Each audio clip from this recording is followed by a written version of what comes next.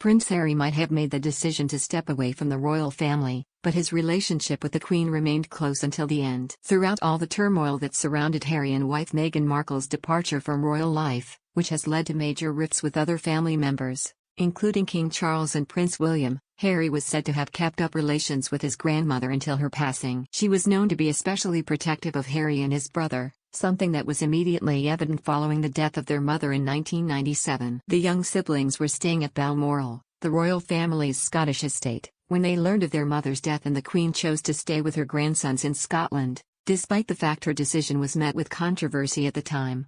However, according to Princess Anne, the monarch made the right call, saying the young boys would not have been able to cope in London. "My mother did exactly the right thing," the Princess Royal said, speaking to ITV News in 2017. "It's absolutely extraordinary that any right-minded thinking parent should believe there would have been an alternative to bring those children down here to London and all that hoo-ha." Sadly, last year, the Queen herself passed away. But in the years prior, we were treated to a few heartwarming public moments showing her close bond with Harry, including her amazing mic drop moment for the Invictus Games in 2016. Harry and the Queen appeared in a video, sat side by side on a floral sofa in Windsor Castle, with the prince leaning in to show his grandmother a video message on his phone from then President Barack Obama and Michelle Obama. The couple start teasing Harry about the upcoming Invictus Games, stating that the US were going to win big at the Paralympic-style games, while one of the servicemen surrounding them sends out a triumphant boom to emphasize the boast. In response, the Queen could be seen shrugging her shoulders, smiling and saying in classic understatement, "Boom, really? Please." Harry then looked directly at the camera and famously did a mic drop of his own. At the time, people were quick to note that there were very few members of the Queen's family who would have the confidence to ask her to take part in such a stunt. And it also said a great deal about the monarch's respect for Harry, given that she was prepared to show an entirely different side of herself for the world to see, at his request. That same year, Harry started dating Meghan, who seemingly got the Queen's approval relatively quickly. After just a year of dating, the pair got engaged, and a month later, in December 2017, Meghan made history as the first royal fiancée to join the family for Christmas at Sandringham, breaking a long-standing tradition of waiting until after the wedding. Harry and Meghan married in May 2018, and a short time later, the new Duchess of Sussex embarked on her first solo engagement with the Queen, traveling on the royal train to open the new Mersey Gateway Bridge in Cheshire in June of that year. Meghan reflected on the occasion during her interview with Oprah Winfrey in 2021. She said, "I just really loved being in her company. We were in the car going between engagements. And she has a blanket that sits across her knees for warmth, and it was chilly. And she was like, 'Meghan, come on, and put it over my knees as well.' It made me think of my grandmother, where she's always been warm and inviting and really welcoming."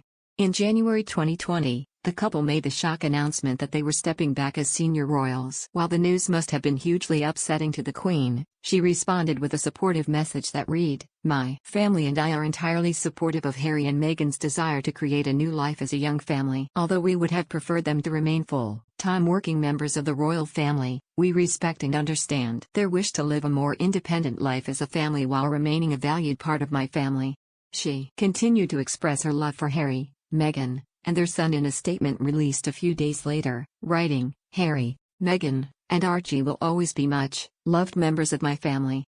I recognize the challenges they have experienced as a result of intense scrutiny over the last 2 years and support their wish for a more independent life. I want to thank them for all their dedicated work across the country, the Commonwealth, and beyond, and am particularly proud of how Meghan has so quickly become one of the family. It is my whole family's hope that today's agreement allows them to start building a happy and peaceful new life." And when Harry and Meghan confirmed their exit was permanent in February 2021, after a 12-month review period, the Queen again reiterated that the Sussexes remain much loved members of the family. In April 2022, the Duke and Duchess visited the UK for the first time as a couple since their exit and dropped in on the Queen at her Windsor Castle home. Harry later said of their time being with her, "It was great. It was just so nice to see her. She's on great form. She's always got a great sense of humor with me, and I'm just making sure that she's, protected, and got the right people around her." He added, "We have a really special relationship. We talk about things she can't talk about with anyone else." 2 months later, in June 2022, The couple returned with their children to celebrate the Queen's Platinum Jubilee. It was the first time that the Queen was able to meet their daughter Lilibet, named in honor of her own childhood nickname. Harry and Meghan returned to the UK for a third time in 2022. At the time, they had no plans to meet up with the royals. However, when the Queen's health began deteriorating, Harry rushed to Balmoral to be with his family. The Queen sadly passed away before he could get there, on September 8, 2022. Harry later released a statement dedicated to his late grandmother. It read, "In celebrating the life of my grandmother, Her Majesty the Queen, and in mourning her loss, we are all reminded of the guiding compass she was to so many in her commitment to service and duty. She was globally admired and respected. Her unwavering grace and dignity remained true throughout her life and now her everlasting legacy." Let us echo the words she spoke after the passing of her husband, Prince Philip, words which can bring comfort to all of us now. Life, of course, consists of final partings as well as first meetings.